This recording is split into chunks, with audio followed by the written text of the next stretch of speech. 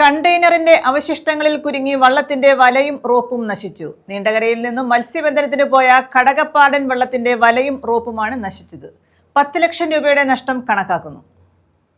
കഴിഞ്ഞ ദിവസം നീണ്ടകര തുറമുഖത്ത് നിന്നും മത്സ്യബന്ധനത്തിന് പോയ പുത്തൻതുറ കടകപ്പാട്ടിൽ പുത്തൻ വീട്ടിൽ പി ശ്രീലതയുടെ ഉടമസ്ഥതയിലുള്ള കടകപ്പാടൻ വള്ളത്തിന്റെ വലയും റോപ്പുമാണ് നശിച്ചത്. വർക്കലയ്ക്ക് പടിഞ്ഞാറ് വശം കടലിൽ വെച്ചായിരുന്നു സംഭവം. വല കോരിയപ്പോൾ കടലിന്റെ അടിത്തട്ടിൽ കിടന്ന കണ്ടെയ്നറിലുടക്കി വല നശിക്കുകയായിരുന്നു. കഴിഞ്ഞ 2-ന് കണ്ടെയ്നറിന്റെ അവശിഷ്ടം ഇടിച്ച് ഇതേ വള്ളത്തിന്റെ പങ്ക കടലിൽ നഷ്ടപ്പെട്ടു. കരയിലേക്ക് ഓടിവരാൻ കഴിയാത്തതിനാൽ തീരദേശ പോലീസിനെ അറിയിച്ചു.